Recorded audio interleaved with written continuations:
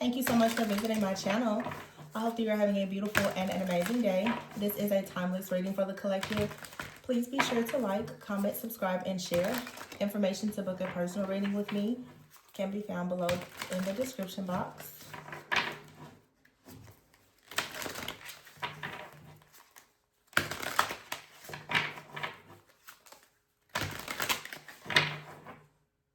Okay. 7 of Cups at the bottom. Ooh, 7 of Cups and the 8 of Swords. So we have definitely some overthinking about a new beginning. The Ace of Wands, the Wheel, and the Hierophant. 2 of Wands, the Emperor. So someone is making a decision with the Emperor here and the Devil. The Ego card is in the reverse. Someone is trying to release themselves from some type of mental entrapment or And here's a Queen of Pentacles here. Very strong for feminine energy. I have very strong Capricorn, Virgo, Taurus, and then I have the Emperor here. Someone is really in their heads a lot right now about a passion, new beginning. The Ace of Wands is here with the Wheel. There could be something concerning a child. Someone could work with children. But I'm getting fatherhood here. The Emperor with all these children. This is interesting. It's a lot of children here. There is one child, one little girl here, and then multiple children. There's like the Wheel is talking about a fated change, a turning point. The Emperor and the Hierophant. This could be, for sure about like a family or commitment. But the 2 of Wands is here with the Devil in the reverse. So this Devil in this card, in this deck, is the Ego card, which is talking about like an illusion. There's some type of fear, codependency. But this is in the reverse. So someone is releasing themselves from something that is codependent or toxic or some type of self-sabotaging behavior. With the 8 of Swords, there's a masculine that's really been in their head. And this is leading to a lot of overthinking and self-sabotage. I think it has a lot to do with just a brand new beginning here. Some type of opportunity, taking action to go towards the Hierophant, to go towards higher learning, higher commitment, family, balance. This is about someone's morals, values, and principles, and making a decision to really commit to something.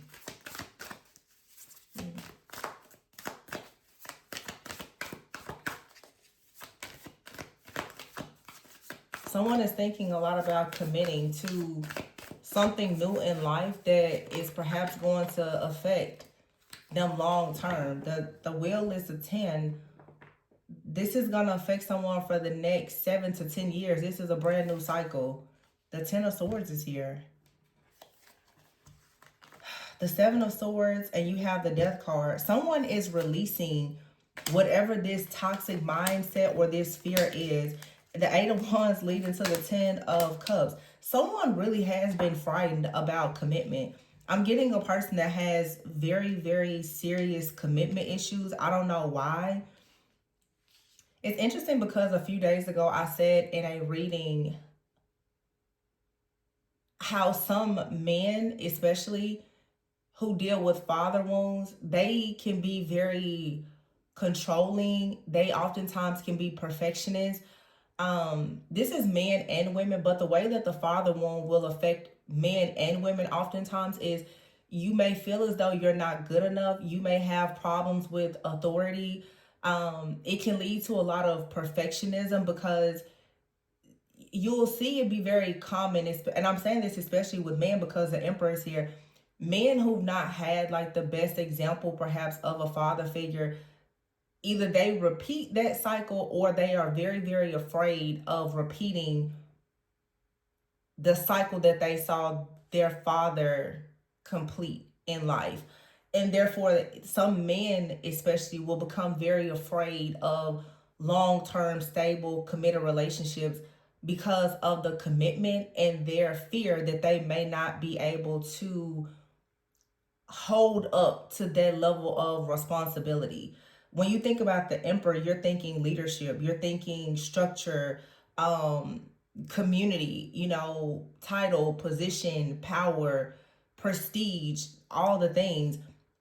Some people are afraid to go into management, leadership, having a family, having responsibilities, not because they don't want it, but because they really have a fear of failure.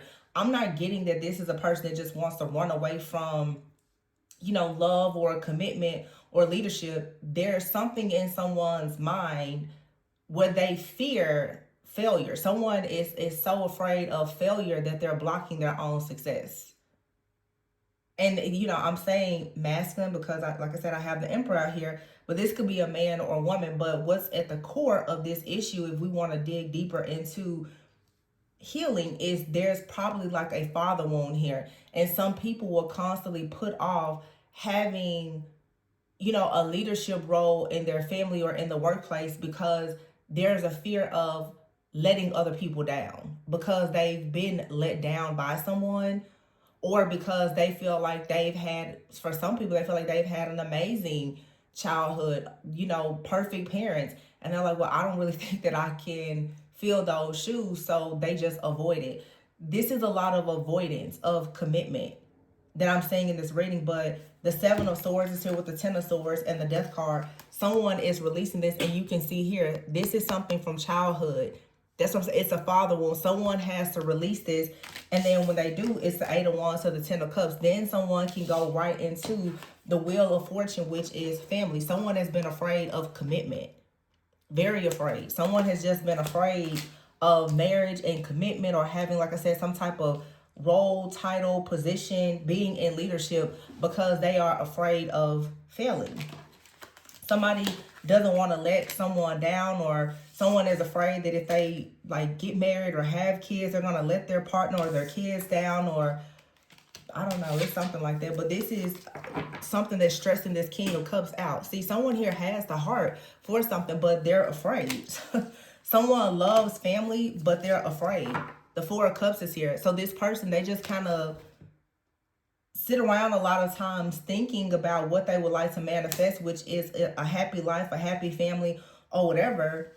But they're afraid to let someone down. Someone is afraid of parenthood or partnership or both. But the Ace of Cups is here. There's like, for some, there's a new opportunity. There could even be a child that wants to come through. And someone is going to have to stop distracting themselves or being so like self-absorbed and overwhelmed with this fear that they're not actually allowing this new opportunity, this new creation, this new blessing to come through. Someone is blocking a blessing because of fear.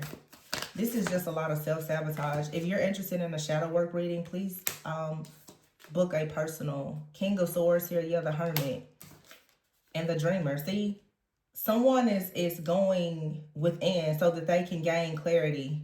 And look, here's this child again. It's a child. There's a child that is coming, or that someone wants to have. And if it's not a child, it's just a new beginning.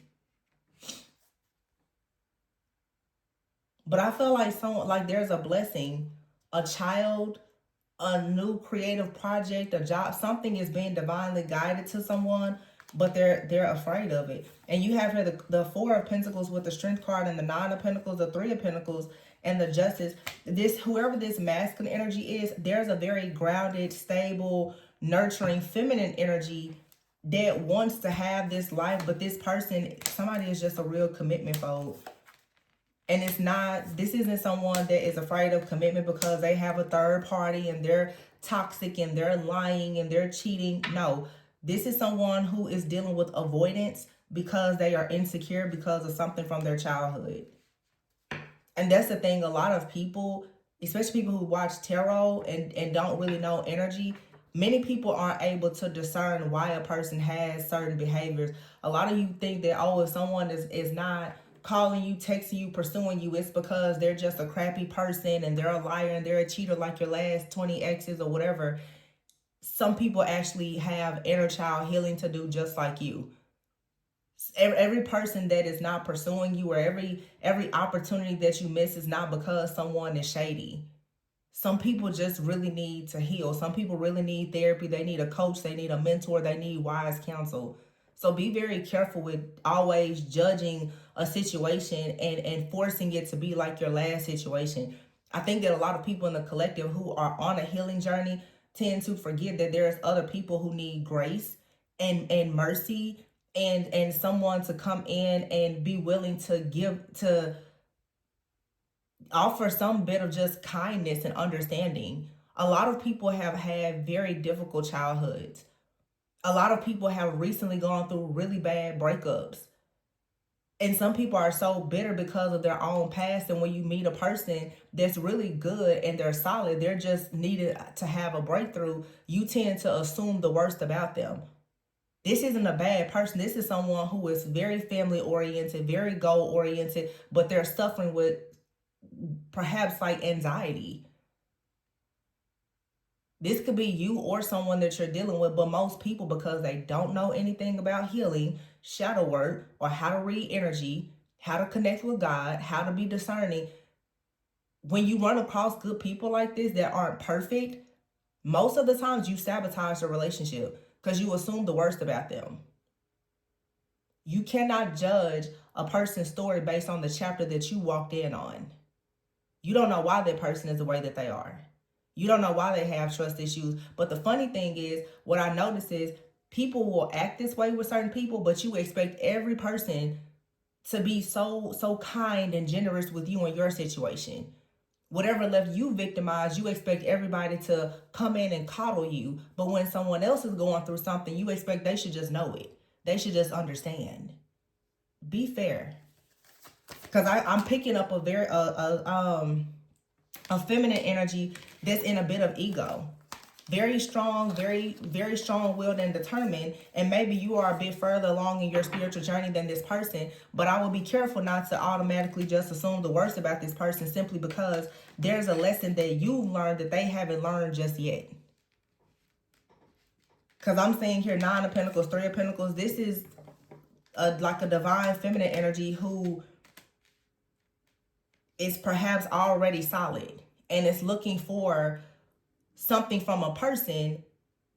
And I'll be honest, it's like they have potential, but unfortunately this person may deal with some type of anxiousness or anxiety. But look at that, the Judgment card, the 10 of Pentacles, and the Sun. This is an amazing person.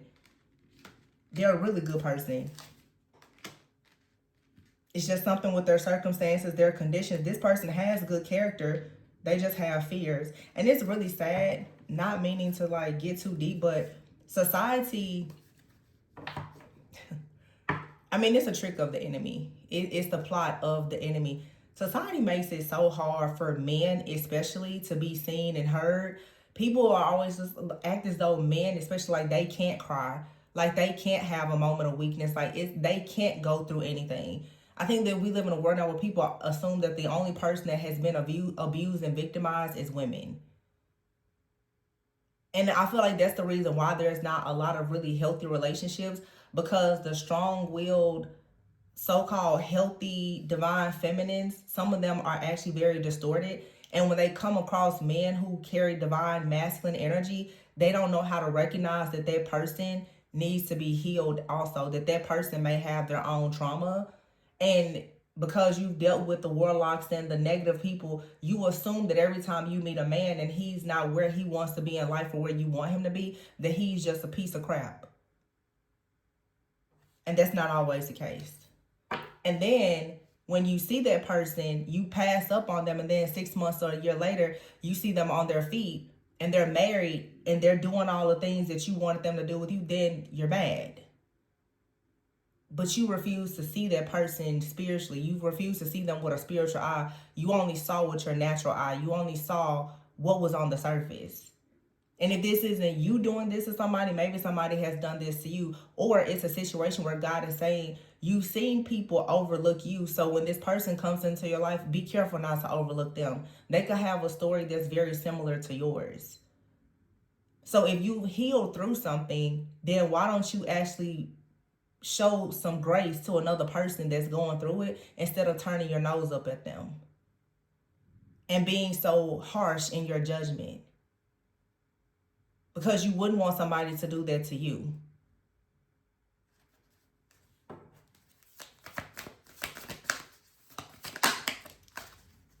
A lot of people say, oh, there's no good people. There's a lot of really good people. You just look over them. 3 of Wands here. Yeah, and the High Priestess. 6 of Pentacles. Page of Cups, 6 of Cups. Yeah, see? Something from the past here that someone is very sensitive about. Or this is saying that if you're the High Priestess, if you're the Divine Feminine, you can be more sensitive, more empathetic towards a person that has gone through something from the past. It's not saying, but like I said, a lot of people have not healed from their own trauma, because I hear women say, well, the last time I took a chance on somebody, they did this, they did that. Yeah, but you ignored all the red flags with them. You weren't even in your own right headspace when you dealt with that person.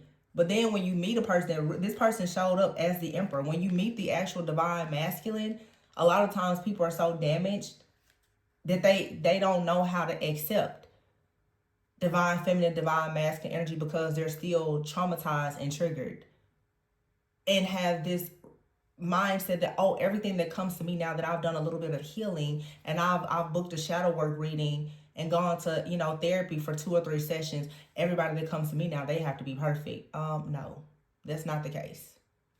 Healing, nothing about healing is linear. And the people that are, boom, Page of Wands, 4 of Wands, out here talking about marriage, please wake up and stop thinking that a person's going to come to you perfect. Because God places your actual kingdom partner, your life partner in your life, to show you everything about yourself that needs to change so that you can get closer to God.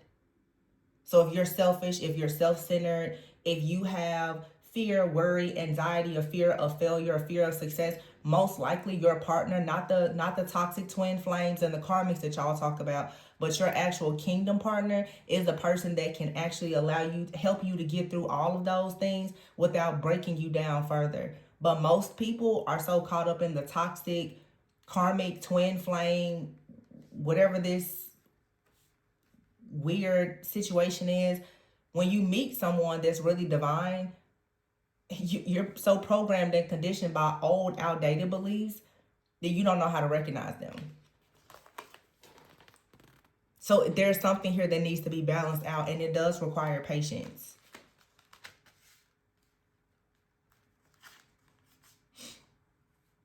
Yeah. See, 5 of Cups, King of Pentacles, 9 of Cups. Some of you already had to walk away from a King of Pentacles that was your wish fulfillment, but you weren't their wish fulfillment. And they left you sad and disappointed. 5 of Wands with a bunch of chaos, conflict, confusion, and drama. Now you have a new love that's coming in, and you're probably projecting onto them, you need to just have your stuff together. You're not good enough, whatever the case may be. Be careful with that. Because sometimes, I talk about it on my channel, some of us, we have a lot of spiritual ego. And God has a funny way of humbling you.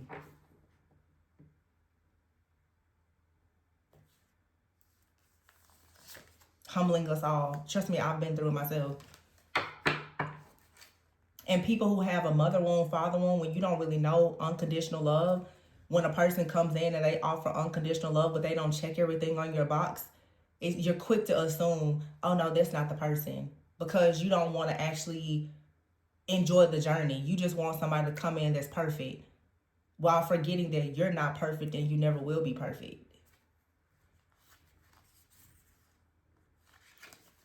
It's not about perfectionism.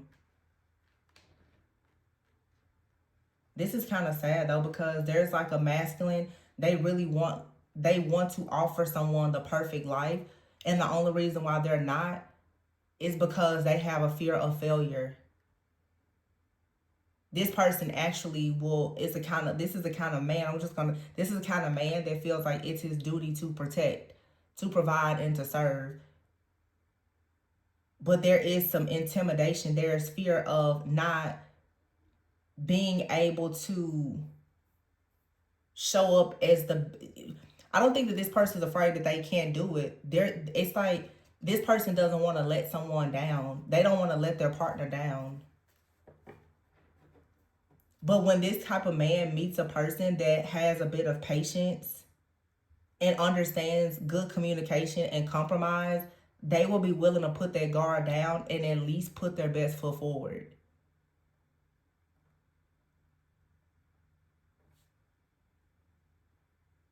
Because this is a connection that the Most High can bring together, but it can't be the work of just one person. I think that every person has been through a difficult situation. You want a person that's going to show you some grace and a bit of mercy. You're not going to know everything about everything, and if you're with someone that is trying to put you down, of course they're not going to feel comfortable with trying to be vulnerable with you. Or maybe this is how someone is making you feel. What I really get in this reading is that many of you have probably gone through this with someone, and now it's sort of like you're meeting someone that's going through what you went through, and God is really testing your character now by how would you deal with the older version of yourself. You know how we're quick to say, oh, if it's like if you met your younger self again, how would you treat that person? Because it really looks like some of you're meeting someone that had, or you've met someone, they've gone through the very same things that you've gone through as being the underdog. And a part of your test now is how are you going to treat the underdog? Are you going to treat them the same way that people treated you? Or are you going to take this opportunity to gain your own good karma by choosing not to be the villain in somebody's story? I'm not saying go and be anybody's hero, but you certainly don't have to be the villain. And I'm just saying this today because this isn't a toxic person, but I see it in the comments a lot. And most of the people on this channel are women. Close to 90% of the demographics of this channel is women. And I see all of the hate and the bitterness in the comments. I'm not doing this with this person, blah, blah, blah. Well, you make every reading about a past person, which shows that you have not moved on from the past person. You assume that every man is a piece of crap because you haven't seen a man come and treat you well. But when men do come in and want to treat you well, you assume that they're just like the last however man that did not treat you well. Maybe even you assume that they're like your father that may not have treated you or your mother well. So you can't constantly project all of these things out and expect to receive the goodness and the favor of God that you keep praying for and manifesting because you're not energetically aligned with it. Because truthfully, because I have personal clients who, many of them, believe it, a lot of my personal clients are men. And they're highly intellectual and spiritual. And the women that they truly, truly are willing to change their whole life for are not nagging, bitter, hurt women. I'm just saying. Like people always say, men want someone that's their peace. Men are not going to be vulnerable or transparent with somebody that reminds them of their abusive mother or father that has them in the mindset that they're currently in. So if you're calling yourself a divine feminine, but you're incapable of actually healing another person, then you're not really ready for that higher level of commitment. Because for the people that's like, well, I want to be, well, what do you think marriage is? And that's where you have to understand the difference between contract and covenant. Contract is, I'm here with you as long as I'm getting what I want out of it. Covenant is, there's a purpose here. And a lot of times in a covenant, you're not getting everything that your flesh wants, but you're committed to a purpose. So if you don't really know and understand the difference, then you have to be very careful of what you think you're manifesting. Because I think when people hear, especially in the tarot community, twin flames, you all assume that a twin flame connection or a divine counterpart connection has to be full of toxicity. There's a difference between toxicity and challenges. People can go through challenges with a person and it's never toxic.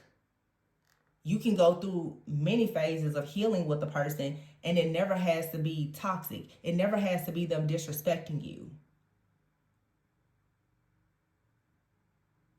But most people from childhood, your ancestral trauma, you are conditioned to think that love has to be a struggle. You've never experienced unconditional love.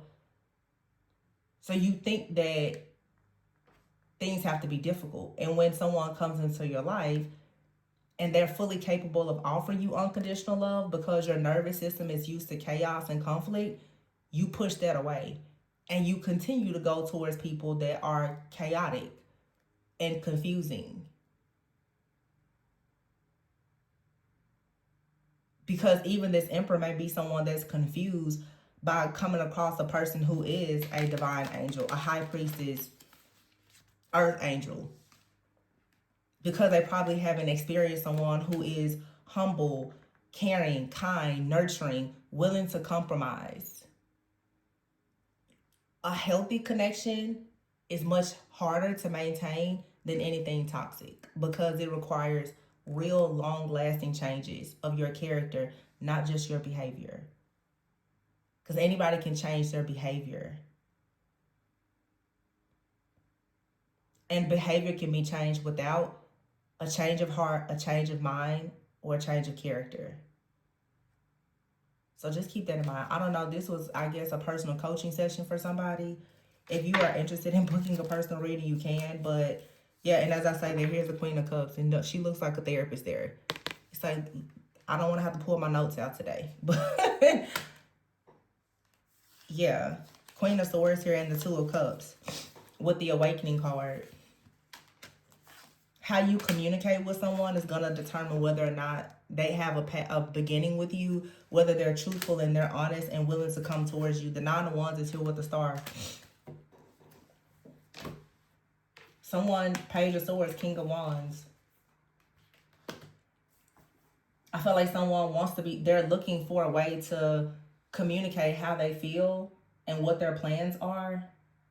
The King of Wands, how they plan to lead. But I mean, you have to understand, they may have a bit of fear about it. I think we should normalize being able to express when we are afraid of something new, parenthood, partnership. There's a lot of things about it that's scary.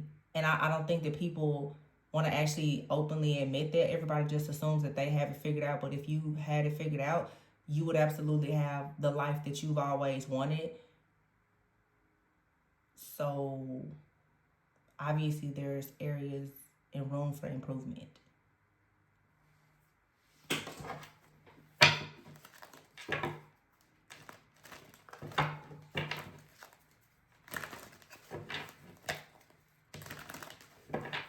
And again, this could be you or someone that you're dealing with. You have here the Mountain. Yeah, there's obstacles and challenges. Single life, magnetic, and fluidity is here. Passion and the Owl card, shadow work and the Death card.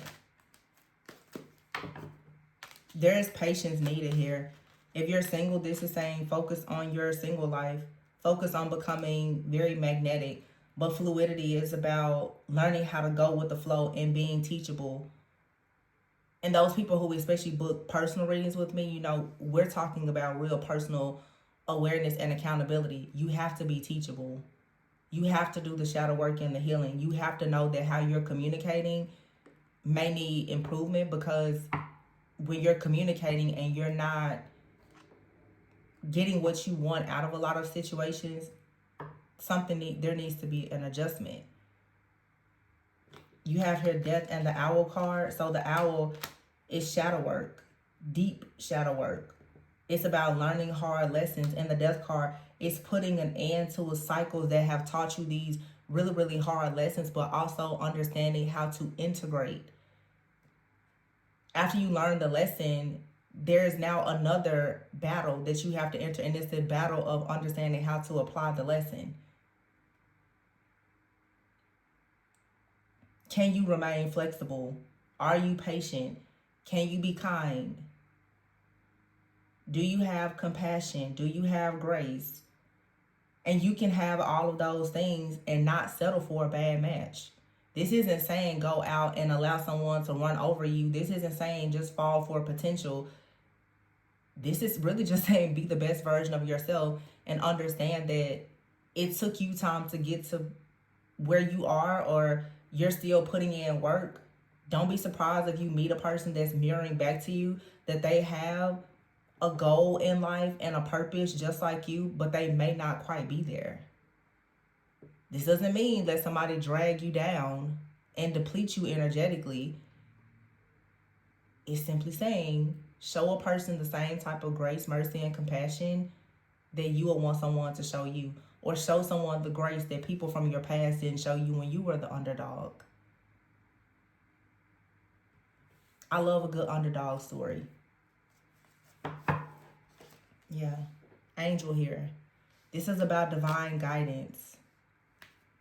Understanding how to pay attention to the signs, the symbols, the synchronicities. And you have your renewal. You have to release old energy and emotions, especially if you are still dealing with closure from when someone hurt you or ghosted you. Could have even been your mother or father, and you're still holding on to that and assuming that everyone's going to do the same thing. And I don't know why, but I feel like with Mercury being in retrograde, especially right now in Pisces season, that a lot of the emotional triggers from past trauma is really, really coming to the surface so that you can truly address it. And it has a lot to do with, obviously, like water, energy, emotions, dreams, how you process things. Some of people, myself included, we tend to project our fears and triggers onto other people because of our own unhealed trauma. Don't be mad when people don't want to deal with you because you don't know how to manage your emotions. And people who don't have healthy relationships with their family first and foremost, and like their parents, usually don't know how to manage their emotions. You want somebody to see you, hear you, be there for you, but you don't really know how to do that for other people because nobody's been there to do it for you. But at some point, most of us here, we're all grown.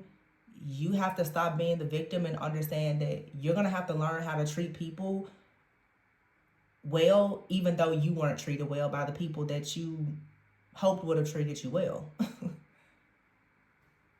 And it's true. You teach people how to treat you based on what you allow.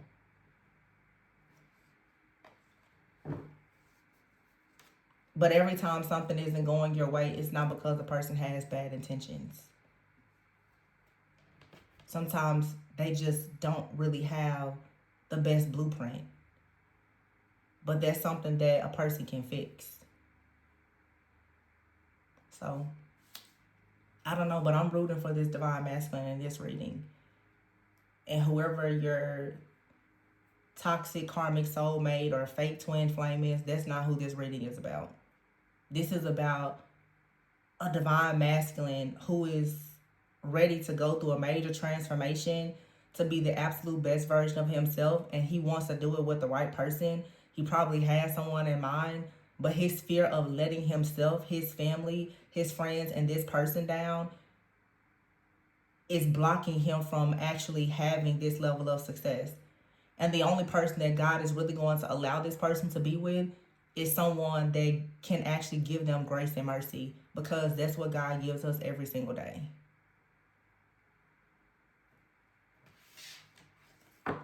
Leadership at the bottom of the deck. Someone is a natural leader.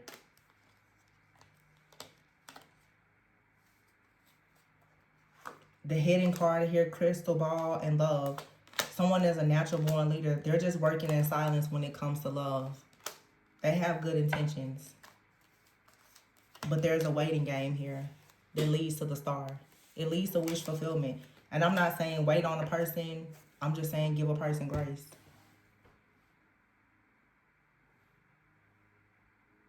Because if someone feels like they can trust you, they won't make you wait too long.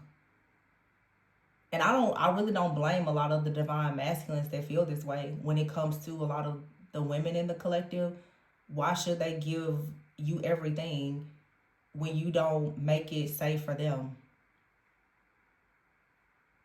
I think that because I talk to men and women, it's if you, I mean, men and women who want serious committed relationships, it needs to be an emotionally safe situation for both people. Women aren't the only ones who should have emotional safety.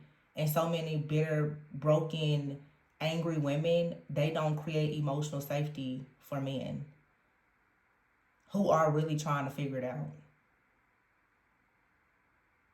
You're not the only person that had a troubled childhood or a bad breakup or divorce.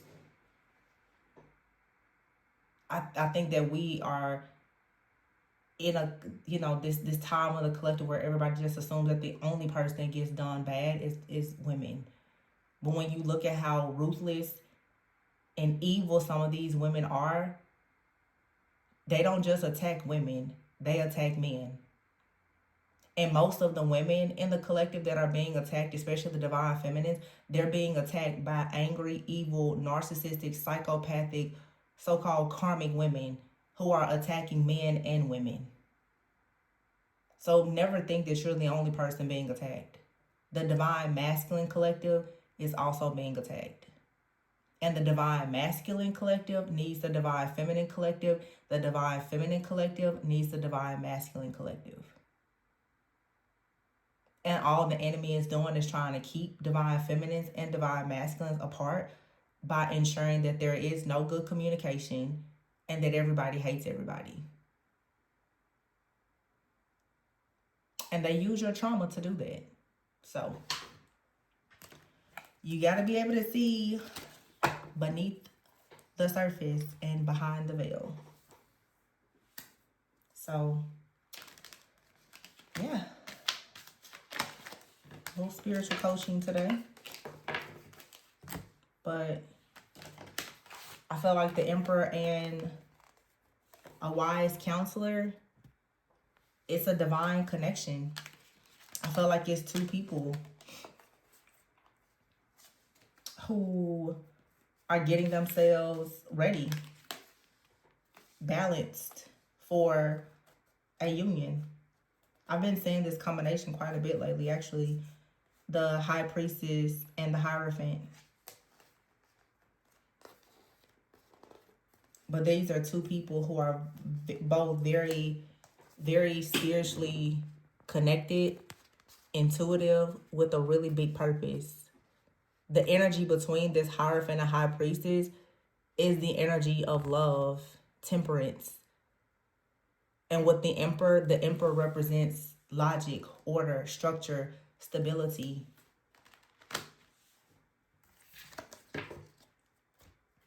I'm going to leave it there. If you are interested in booking a personal reading, if you want to look deeper, especially if you feel like you're dealing with mother wounds, father wounds, you need shadow work, healing, it's rough for you right now, my information is below. Remember to always go within so that you never go without.